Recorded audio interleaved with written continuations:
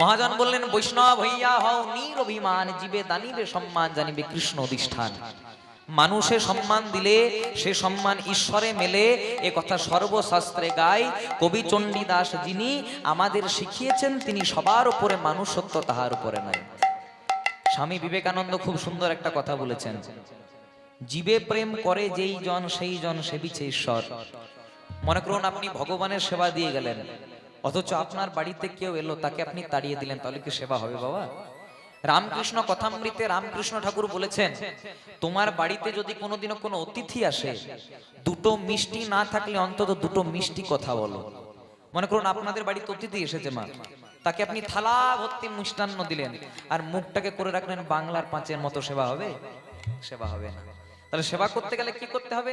মনে করুন আপনাদের বাড়িতে কেউ এসেছে, আপনার বাড়িতে দুটো মিষ্টি নেই, এক গ্লাস জল দিলেন, দুটো মিষ্টি মিষ্টি কথা বললেন, তাহলেই কিন্তু সেবা হয়ে যায় মা। ভগবান কোথায় থাকেন? কোনো মন্দিরে না, কোনো মসজিদে, কোনো গুরুদ্বারায়, কোনো চার্চে না। ভগবান থাকেন প্রতিটি জীবের হৃদয় মন্দিরে। প্রমাণ, ভগবান শ্রীকৃষ্ণ নারদ মুনিকে প্রশ্ন করলেন, ভগবান শ্রীকৃষ্ণকে নারদ মুনি প্রশ্ন করলেন, প্রভু তুমি কোথায় থাকো?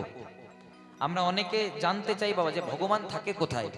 ভগবান বললেন, নারদ আমি কোথায় থাকি জানো? বলো কোথায়? বললেন, না হং তিষ্ঠামি বৈকুণ্ঠে যোগিনাং হৃদয়েন চ মদ ভক্তা যত্র গায়ন্তি তত্র তিষ্ঠামি হে নারদ। মানে আমি বৈকুণ্ঠে থাকি না, তাহলে কোথায় থাকো? বললেন, যোগিনাং হৃদয়েন চ, আমি যোগীদের হৃদয়েও থাকি না, তাহলে থাকো কোথায়? বললেন, মদ ভক্তা যত্র গায়ন্তি, যেখানে আমার ভক্তরা প্রাণ ভরে দুটি বাহু তুলে আমার নাম কীর্তন করে, তত্র তিষ্ঠামি ও নারদ, আমি সেখানেই থাকি। কোথায় আছে মা? হরি নামে। কথাগুলো শুনবেন, বলছে হরি নামে, হরি নামে। হরিকে কোথাও খুঁজতে হবে না, হরি নাম করুন, হরি নামেই একদিন হরি নেমে আসবে। তাই সেই নাম করার জন্য আজকে আমরা বসে আছি মা। এত রাত্রি জেগে আপনারা কেন এসেছেন? না ভগবানের অপ্রাকৃত অনন্ত কৃষ্ণ কথামৃত শ্রবণ করার জন্য। তাই বিশেষ কোনো দেরি করব না, যেহেতু অধিক রাত্রির গান, একটু ছোট্ট করে গৌর চন্দ্রিকা, তারপর আমাদের লীলার যে বিষয়বস্তুতে আমরা আলোচনা করব। চলুন সবাই মিলে একটু দুটি বাহু তুলে গাইব, আমাদের গৌর এলো রে সোনার নদিয়ায় উলুধ্বনি। মায়ের এখনো দেননি, সবাই মিলার সঙ্গে উলুধ্বনি দিয়ে, হরির ধ্বনি নিতাই গৌর হরি হরি বল। শব্দ শোনা যায় আমাদের গৌর এলো রে, আমাদের গৌর এলো রে সোনার নদী গায়, ওই নাই উলুধ্বনি হরির ধ্বনির শব্দ শোনা যায় আমাদের গৌর এলো রে। আমাদের গৌর এলো রে সোনার নদিয়ায় উলুধ্বনি হরির ধ্বনি শব্দ শোনা যায় আমাদের গৌর এলো রে। তাই আমাদের গৌর এলো রে সোনার নদিয়ায় উলুধ্বনি হরির ধ্বনি শব্দ শোনা যায় আমাদের গৌর। ও মায়েরা, একটু হাতগুলো তোলা যাবে? হাতগুলো তুলে, যত অ্যান্টিনা তুলবেন তত চ্যানেল ধরবে। হাতগুলো তুলে, গৌর এলো রে সোনার নদিয়ায় উলুধ্বনি হরির ধ্বনি শব্দ শোনা যায় আমাদের গৌর এলো রে হরি। আমাদের গৌর এলো রে সোনার নদী গায়, উলুধ্বনি শঙ্খধ্বনির শব্দ শোনা যায় আমাদের গৌর এলো রে। গৌর এলো রে সঙ্গে নিতাই এলো রে, গৌর এলো রে সঙ্গে নিতা গেল রে। গৌর এলো রে সঙ্গে নিতাই এলো রে, গৌর এলো রে সঙ্গে নিতাই গেল রে। গৌর এলো রে সোনার নদিয়ায় উলুধ্বনি হরির ধ্বনি শব্দ শোনা যায় আমাদের গৌর এলো রে হরি হরি আমাদের বল। গৌর এলো রে সোনার নদী গায়, উলুধ্বনি শঙ্খধ্বনির শব্দ শোনা যায় আমাদের গৌর এলো রে। আমাদের গৌর এলো রে সোনার নদিয়ায় উলুধ্বনি হরির ধ্বনি শব্দ শোনা যায় আমাদের গৌর এলো রে। আমাদের গৌর এলো রে সোনার নদিয়ায় উলুধ্বনি শঙ্খধ্বনি শব্দ শোনা যায় আমাদের গৌর এলো রে। হরি নামে কৃষ্ণ নামে জগৎ মাতায়, হরি নামে কৃষ্ণ নামে জগৎ মাতায়, কে কে তোরা নাম নিবিড় ছুটে ছুটে আয়, কে কে তোরা নাম নিবিড় ছুটে ছুটে আয়। গৌর এলো রে সোনার নদিয়ায় উলুধ্বনি হরির ধ্বনি শব্দ শোনা যায় আমাদের গৌর এলো রে হরি হরি বল।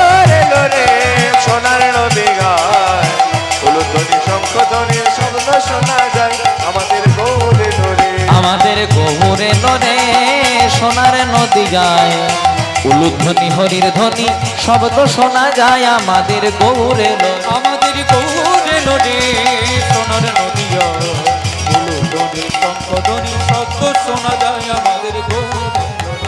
হরে কৃষ্ণ কৃষ্ণ কৃষ্ণ হরে হরে হরে রাম রাম রাম হরে হরে। हरे कृष्ण कृष्ण कृष्ण हरे हरे हरे राम राम राम हरे हरे। হরি বল হরি বল হরি বল হরি বল তাই গৌর हरि बोल हरि बोल हरि बोल हरि बोल হরি বল হরি বল হরি বল হরি हरि बोल हरि बोल। ওটা আমার সঙ্গে জয়ধ্বনি দেবেন না। বলো বলো শ্রীকৃষ্ণ চৈতন্য মহাপ্রভু কি। আরেকটুকু জোরে হবে কি হবে আর জোরে দিতে হবে। জগৎগুরু নিত্যানন্দ প্রভু কি। বাহ আরেকটু সাউন্ডটা বাড়াবো। মহাদেব অবতার অদ্বৈতাচার্য প্রভু কি। হ্যাঁ পরম বৈষ্ণব শ্রীবাস প্রভু কি। রাধা স্বরূপিণী গদাধর প্রভু কি। আপন আপন পিতা মাতা কি। নিজ নিজ গুরুদেব কি। নিতাই গৌর প্রেমানন্দে হরি বল হরি বল। এবার খুব মন দিয়ে শুনবেন। ভগবানের কাছে একটা ঝোলা ছিল, খুব মন দিয়ে আস্তে আস্তে। তা কেমন ঝোলা, যে ভগবান যেখানেই যেতেন ঝোলাটাকে কিন্তু সঙ্গে সঙ্গে নিয়ে যেতেন মা। দেখবেন আমাদের কাছে যখন আমরা কোথাও বাইরে যাই আমাদের কাছে ব্যাগ থাকে, থলি থাকে, ঝোলা থাকে, এইদিকে তাকান। আমাদের কাছে যেমন দেখবেন আমরা যখন বাইরে যাই আমাদের কাছে ব্যাগ থাকে, থলি থাকে, ঝোলা থাকে, তেমনি ভগবানের কাছে ওটা ঝোলা ছিল মা। তা কেমন ঝোলা, যে ভগবান যেখানেই যেতেন ঝোলাটাকে কিন্তু সঙ্গে সঙ্গে নিয়ে যেতেন। যদি কোনো ভক্তকে কৃপা করার জন্য যেতেন তাও ঝোলাটাকে নিয়ে যেতেন। যেখানেই যেতেন ঝোলাটা কিন্তু ভগবানের সাথে সাথেই থাকতো। তা ভগবানের একজন ভক্ত, যে ভক্ত 24 ঘন্টা ভগবানের সঙ্গেই থাকে, সে ভক্ত ভগবানকে প্রশ্ন করছে, হ্যাঁ গো প্রভু, তোমার ঝোলার মধ্যে কি এমন আছে? তুমি তো ভগবান, তোমার কাছে কোনোটাই চিরস্থায়ী নয়, সবটাই ক্ষণস্থায়ী। তা হ্যাঁ প্রভু, তোমার ঝোলার মধ্যে কি এমন আছে যে তুমি ভগবান হয়েও ঝোলাটাকে 24 ঘন্টা হাতে হাতে করে নিয়ে ঘোরাও? তখন ভগবান ভক্তকে বলছে, ওরে বোকা, এই ঝোলার মধ্যে কি আছে জানিস? বলছে কি আছে? বলছে ভক্তরা আমার কাছে যে যা চাই এই ঝোলাটা থেকে বার করে তাদেরকে সেইটা দিয়ে দিই। এবার ভক্ত মনে মনে চিন্তা করছে, যদি ঝোলার মধ্যেই সবকিছু আছে একটু চেয়ে নি।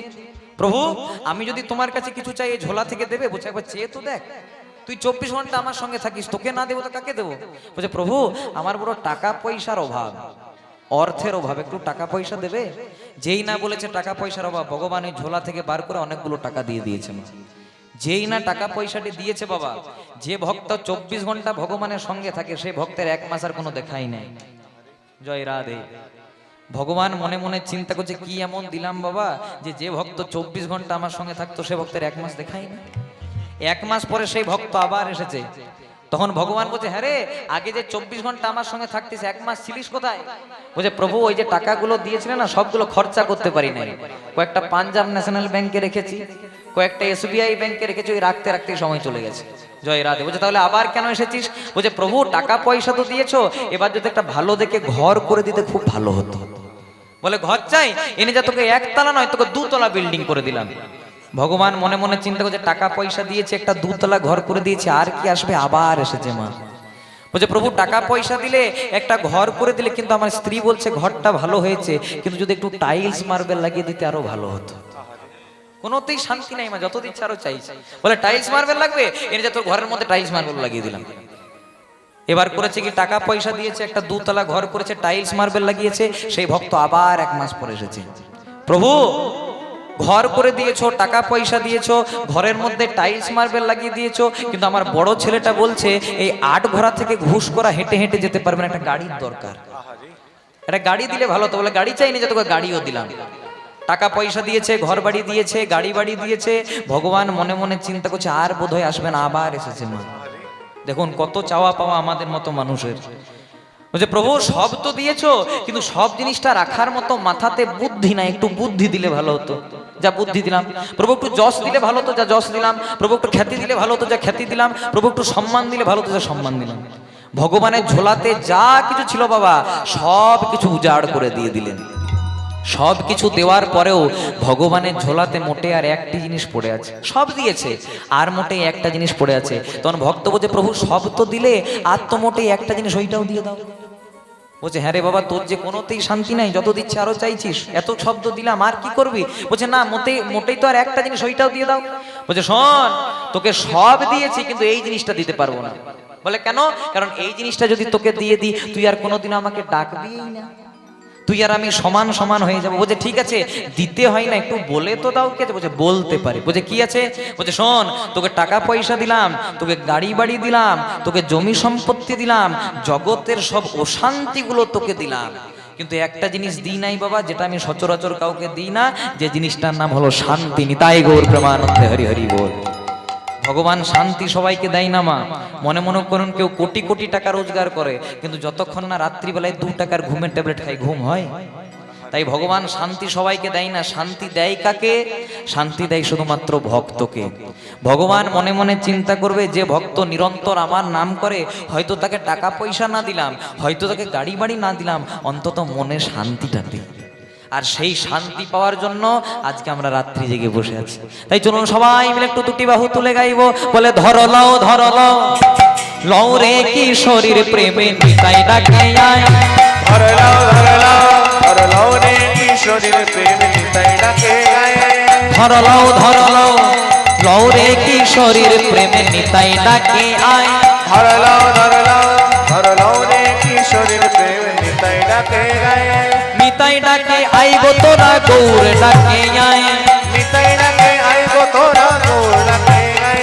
ওই না নিতাই ডাকে, ওই না নিতাই ডাকে, নিতাই ডাকে আইবো তোরা গৌর ডাকে আয়। ওই না নিতাই ডাকে, ওই না নিতাই ডাকে, নিতাই ডাকে আইবো তোরা গৌর ডাকে আয়।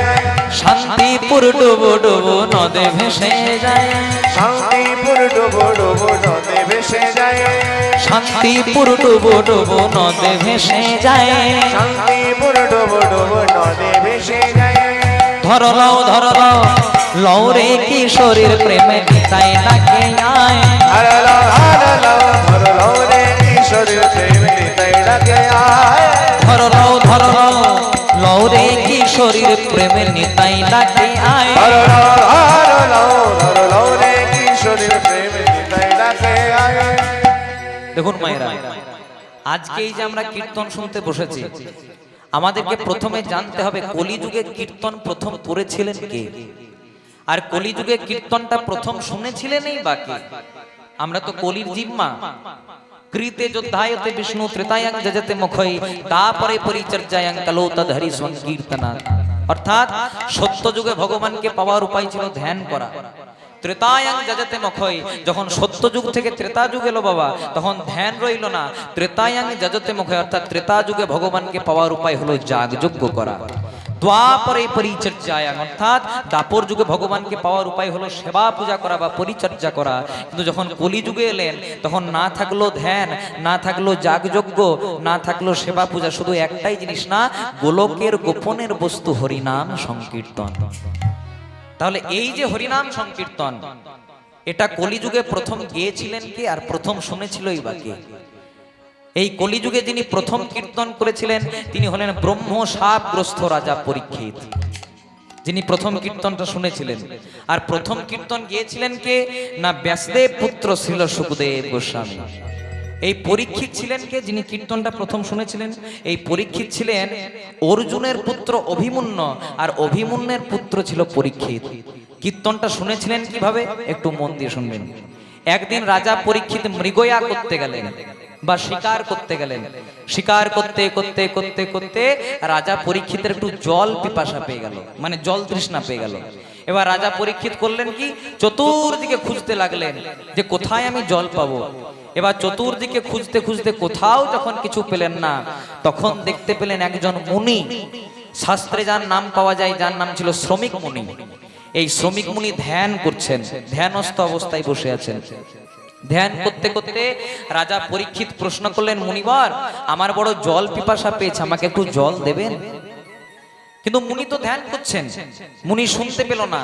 তখন রাজা পরীক্ষিত মনে মনে চিন্তা করলো, আমি এত বড় রাজা বলে কথা, আমাকে সেবা দেওয়ার জন্য সবাই ধন্না দিয়ে বসে থাকে, আমাকে সেবা দেওয়ার জন্য সবাই লাইন দিয়ে বসে থাকে, আর আমি কিনা মুনির কাছে একটু সামান্য জল চাইলাম, জল দিল না।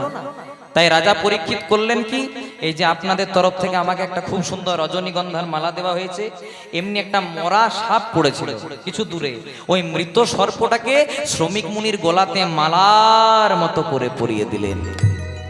কে পরিয়ে দিলেন? না রাজা পরীক্ষিত। পরিয়ে দিয়ে তো চলে গেলেন মা, কিন্তু কথায় আছে পাপ ছাড়ে না কাকে? কাকাকে? বাপকে। পাপ করে চলে গেলেন, আর কিছুক্ষণ পরেই সেখানে এলেন শ্রমিক মুনির পুত্র, যার নাম ছিল সিংহী মুনি। এবার সিংহী মুনি লক্ষ্য করলেন আমার বাবার গলা থেকে মরা সাপ ঝুলিয়ে দিয়েছে, মানে মৃত সর্প ঝুলিয়ে দিয়েছে। সিংহী মুনি কুমণ্ডল থেকে 2 ফোঁটা জল নিয়ে অভিশাপ দিলেন, তুমি যেই হও, এই যে আমার বাবার গলাতে মরা সাপ ঝুলিয়ে দিলে, অভিশাপ দিলাম 7 দিনের মধ্যেই তক্ষতের দংশনে তোমার মৃত্যু হবে। এবার শ্রমিক মুনি যখন ধ্যান থেকে উঠলেন, আজ শ্রমিক মুনি ধ্যান থেকে উঠে পরে বললেন, বাবা ও তো ভালো রাজন রে, ও ভালো রাজা, একটু না হয় অহংকার করেই ফেলেছে। না কি করেছে? না আমার গলাতে একটা মরা সাপ ঝুলিয়ে দিয়েছে, তা বলে তুই এত বড় অভিশাপ দিলি কি না যে 7 দিনের মধ্যে তক্ষতের দংশনে মৃত্যু হবে? এ তো ভালো কাজ নয়। কথায় আছে মা মুনি নাঞ্চ মতিভ্রম, মানে মুনি মানুষেরও মাঝে মাঝে মতিভ্রম হয়ে যায়। এটা কোথা থেকে প্রমাণ হয়েছে? না ওই সিংহী মুনির কাছ থেকে। কেন না সিংহী মুনি দেখতে পেলেন আমার বাবার গলা থেকে মৃত সর্প ঝুলিয়ে দিয়েছে, মরা সাপ ঝুলিয়ে দিয়েছে, তাই সিংহী মুনি অভিশাপ দিলেন কি না আমার বাবার গলাতে যে মরা সাপ ঝুলিয়ে দিল, অভিশাপ দিলাম যে 7 দিনের মধ্যে তক্ষতের দংশনে তার মৃত্যু হবে। এবার শ্রমিক মুনি বললেন, দেখ বাবা, যখন বলেই ফেলেছিস আর তো অভিশাপটা ফিরিয়ে নেওয়া যাবে না, কিন্তু রাজাকে গিয়ে একটু জানিয়ে দিয়ে আয় যে ওর কাছে মোটেই সময় আর 7 দিন। এবার সিংহী মুনি আজ শ্রমিক মুনির কথা মতো গেলেন কোথায়? না রাজা পরীক্ষিতের রাজ দরবারে। রাজা পরীক্ষিত আজ সিংহী মুনিকে দেখেই করলেন কি, আজকে চরণ দুটিকে ধৌত করে দিলেন, পদকর্তা মহাজন এক পাশে কলম দিলেন, বলে অনেক ভাগ্যের ফলে বৈষ্ণব আসে মেলে। ওই নাই অনেক ভাগ্যের ফলে বৈষ্ণব আসে মেলে। বলে অনেক ভাগ্যের ফলে বৈষ্ণব আসে মেলে।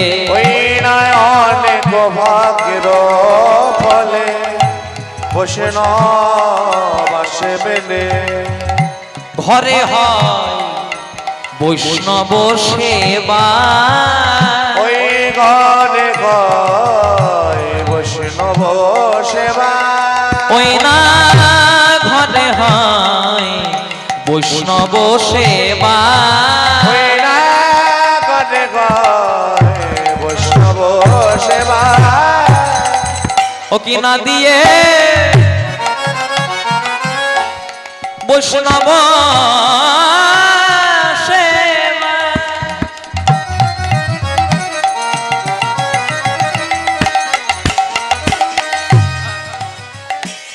ও কি উদ্ধার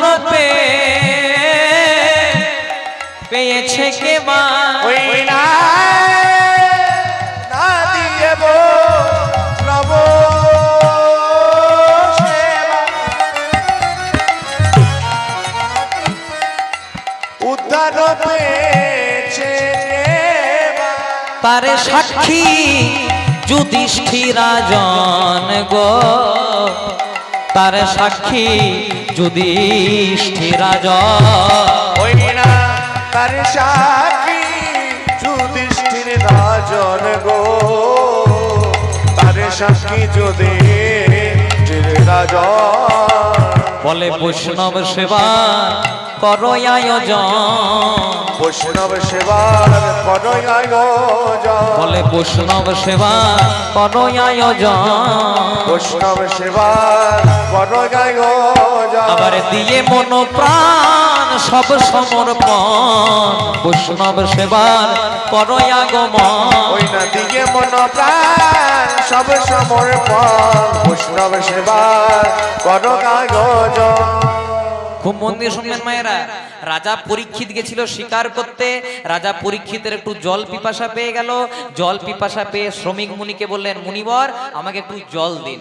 কিন্তু মুনি তো ধ্যান করছেন, মুনি শুনতে পেলেন না। তাই রাজা পরীক্ষিত ক্রোধান্বিত হয়ে একটা মরা সাপকে শ্রমিক মুনির গলায় মালার মতো করে পরিয়ে দিল। শ্রমিক মুনির পুত্র সিংহী মুনি এসে পরে দেখলেন যে আমার বাবার গলা থেকে মরা সাপ ঝুলিয়ে দিয়েছে, তাই অভিশাপ দিল, আমার বাবার গলাতে যে মরা সাপ ঝুলিয়ে দিলে 7 দিনের মধ্যে তক্ষতের দংশনে তার মৃত্যু হবে। এবার শ্রমিক মুনি বলল, বাবা ও তো ভালো রাজন রে, একটু না হয় অহংকার করেই ফেলেছে, তা বলে এত বড় অভিশাপ দিলি যে 7 দিনের মধ্যে মারা যাবে। তার বলছে, বাবা আমার বড় ভুল হয়েছে, তাহলে কি করা যায় বলো তো? বলছে, শোন, অভিশাপ যখন দিয়ে দিয়েছিস অভিশাপটা তোর ফেরানো যাবে না, তাই রাজাকে গিয়ে একটু জানিয়ে দিয়াই যে ওর হাতে সময় আর মোটেই 7 দিন। জয় রাধে। ভক্তমণ্ডলী মায়েরা, মনে করুন যদি আমরা জানতে পারি যে আমাদের হাতে আর 7টা দিন মোটেই বেঁচে আছে, আমরা আর মোটেই 7 দিন বাঁচবো, আমরা কি করব? কি করবো? আমরা ব্যাংক থেকে যত টাকা থাকবে সেগুলো তুলে আনবো, তুলে পরে বলবো বড় ছেলের নামে এতটা, ছোট ছেলের নামে এতটা, বড় ছেলেকে এই জমিটা দেবো, ছোট ছেলেকে এই জমিটা দেবো। কিন্তু রাজা পরীক্ষিত তা করলেন না। রাজা পরীক্ষিত আজকে কিন্তু মুনিবরকে বললেন, মুনিবর আজ আমি বড় সৌভাগ্যবান। কেন? কারণ পৃথিবীতে সবাই আসার সময়টা জানতে পারে, কিন্তু কেউ কি জানতে পারে যে সর্বমায়ার বন্ধন পরিত্যাগ করে কবে সে 4 জনের কাঁধে চেপে শ্মশান ঘাটে যাবে? কেউ জানে না। কিন্তু আমি এমন একজন ভাগ্যবান যে আমি জানতে পেরেছি আমার কাছে সময় আর মোটেই 7 দিন। তাহলে মুনিবর, যখন পাপ করেই ফেলেছি, পাপের তো প্রায়শ্চিত্ত আছে, কি করে প্রায়শ্চিত্ত করব? তখন সিংহী মুনি বলেন, শুনুন, যখন পাপ করেছেন, পাপের যদি প্রায়শ্চিত্ত পেতে চান তাহলে 7 দিন ধরে আপনি ভাগবত শ্রবণ করুন। ভাগবতটা শোনাবে কে? না শ্রীল সুখদেব গোস্বামী মহারাজ। এই সুখদেব গোস্বামী হরিদ্বারে যেখানে আরতি হয় বাবা, সে ওই আরতি করার ঘাটে 7 দিন ধরে রাজা পরীক্ষিতকে ভাগবত শ্রবণ করালেন। ভাগবত শুনতে শুনতে রাজা পরীক্ষিতের মুক্তি হয়ে গেল ঠিক, কিন্তু গঙ্গার ঘাটে দাঁড়িয়ে সুখদেব গোস্বামী কি বললেন? দানং ব্রতং তপোযজ্ঞং শ্রাদ্ধাঞ্চ পিতৃতর্পণম সকল নিষ্ফলং হরিনাম সংকীর্তন বিনা। মানে কলিযুগে তুমি দান করো, ব্রত করো, যাগযজ্ঞ করো, তপস্যা করো, পিতামাতার শ্রাদ্ধ করো, পিতৃতর্পণ করো, এগুলো নিশ্চয়ই মহৎ কাজ, কিন্তু এগুলো কখনোই সফল হয় না বাবা। তাহলে আপনারা তো বলতে পারেন, এত টাকা পয়সা দিয়ে বাবা মায়ের শ্রাদ্ধ করালাম, এত টাকা পয়সা দিয়ে গয়াতে গিয়ে পিণ্ড দান করে এলাম, এত টাকা পয়সা দিয়ে যাগযজ্ঞ করালাম, দান করলাম, তাও হলো না? না, হলো না। কেন? না কলিযুগে মহাপ্রভু গাইডলাইনটা চালিয়ে দিলেন যে হরিনাম সংকীর্তন বিনা কালো। মানে কলিতে তুমি যা কিছুই ভালো কাজ করো, কিন্তু যদি ভগবানের নাম না হয় তাহলে তুমি যত বড়ই যজ্ঞ করো সেই যজ্ঞটা কোনোদিনও সফল হয় না বাবা। তাই আমরা বলি না মায়েরা যে আমাদের নাম করার সময় নাই, বাড়িতে রান্না করতে, বাটনা বাটতে, কাপড় কাচতে এই সময় চলে যায়, নাম গাইবো কখন? তাই মহাজন একটা দামি কথা বললেন, বলো হাতে করো গৃহ কাম, মুখে বলো হরি, অনায়াসে পেরিয়ে যাবে ভব সিন্ধু পারি। হাতে করো গৃহ কাম, মুখে বলো ঘরে, অনায়াসে পেরিয়ে যাবে ভব সিন্ধু পারি। বলে হাতে করো গৃহ কাম, মুখে বলো হরি, অনায়াসে পেরিয়ে যাবে ভব সিন্ধু পারি। হাতে করো গৃহ কাম, মুখে বলো ঘরে, অনায়াসে পেরিয়ে যাবে ভব সিন্ধু পারি। দেখুন কত সুন্দর কথা বলছে, হাতে করো গৃহ কাম, মুখে বলো হরি, আর অনায়াসে পেরিয়ে যাবে ভব সিন্ধু পারি। আমরা বলি না মা যে আমাদের নাম করার সময় নাই, বাড়িতে রান্না করতে, বাটনা বাটতে, কাপড় কাচতে সময় চলে যায়, কিন্তু মহাজন বললেন নাম করতে গেলে কোনো তিথি দেখতে হয় না, নাম করতে গেলে কোনো নক্ষত্র লাগে না, বার লাগে না। তাহলে নামটা গাইবেন কখন? না কথা বলিতে, পথ চলিতে, গাহ ললিত কৃষ্ণ নাম। মানে আপনি কথা বলছেন তাও হরি নামটা স্মরণে থাকুক, আপনি কোথাও হেঁটে হেঁটে পথে যাচ্ছেন তাও হরি নামটা স্মরণে থাকুক, আপনি যে কিছুই বাড়িতে কাজ করছেন মুখে যদি হরি নামটা থাকে তাহলে এই হরি নামের গুণে একদিন পার হয়ে যায়। তাই বলছে হাতে করো গৃহকাম মুখে বলো হরি, অনায়াসে পেরিয়ে যাবে ভব সিন্ধু পারি। হাতে করো গৃহকাম মুখে বলো করে, অনায়াসে পেরিয়ে যাবে ভব সিন্ধু পারি। এই একটা উত্তর হলো। তাহলে নাম গাইবেন কখন? মানে আপনি যে কিছু কাজ করছেন তার সেই সময় আপনি নাম গাইতে পারেন। আবার অনেকে বলে যে সংসারে থাকলে নাকি ভগবানকে পাওয়া যায় না, সংসার ত্যাগ করতে হয়, গৃহ ত্যাগ করতে হয়, বাবা মাকে ছাড়তে হয়, পুত্র সন্তানদেরকে ছাড়তে হয়, বনে গিয়ে তপস্যা করতে হয়, তবে নাকি ভগবানকে পাওয়া যায়। কিন্তু নরোত্তম দাস ঠাকুর সেই বেড়াজালটাকেও ভেঙে দিলেন। কি বললেন? বনেতে বা গৃহেতে থাকো, হ্যাঁ তুমি বনে আছো না তুমি ঘরে আছো, তুমি সন্ন্যাসী না তুমি সংসারী, সেটা দেখার দরকার নাই। একবার হা গৌরাঙ্গ বলে ডাকো, তুমি তাই বনেতে বা গৃহেতে থাকো, একবার হা গৌরাঙ্গ বলে ডাকো। বলে বনেতে বা গৃহেতে থাকো, হা গৌরাঙ্গ বলে ডাকো। বনেতে বা গৃহেতে থাকো, হা গৌরাঙ্গ বলে ডাকো। আপনি এটা একরকম রাখুন, বেশি হাত দিতে আপনাকে হবে না। যত সবজিতে মশলা দেবেন সবজিটাও খারাপ, পেটটাও নষ্ট, তাই একরকম থাকবে। ঠিক আছে? আপনার মাইক ফার্স্ট ক্লাস চলছে, একদম ও মাইক চলছে, দারুণ চলছে, হাতটা দেবেন না, বাস বাকি সব ঠিক আছে। বনেতে বা গৃহেতে থাকো, হা গৌরাঙ্গ বলে ডাকো। বনেতে বা গৃহেতে থাকো, হা গৌরাঙ্গ বলে ডাকো। আবার নরোত্তম মাগে তার সঙ্গ, আবার নরোত্তম মাগে তার সঙ্গ, আবার নরোত্তম মাগে তার সঙ্গ। আবার নরোত্তম মাগে তার সঙ্গ। একবার বদনে ভরে হরি বলো ভাই, বদন বরে হরি বলো ভাই, বদনে ভরে হরি বলো ভাই, বদন বরে হরি বলো ভাই। এখন না হয় বলবে কখন, আবার বদন বরে হরি বলো ভাই, সবাই বাহু দুটি ঊর্ধ্বে করে বদন বরে হরি বলো। একবার হরি হরি হরি বলে, প্রেমানন্দে বাবু তুলে হরি হরি হরি বলে, প্রেমানন্দে বাবু তুলে, হরি হরি হরি বলে, প্রেমানন্দে বাবু তুলে, হরি হরি হরি বলে। প্রেমানন্দে বাবু তুলে। একবার বদন ভরে হরি বলো ভাই। তাহলে যে বনেতে বা গৃহেতে থাকো, হা গৌরাঙ্গ বলে ডাকো, নরোত্তম মাগে তার সঙ্গ।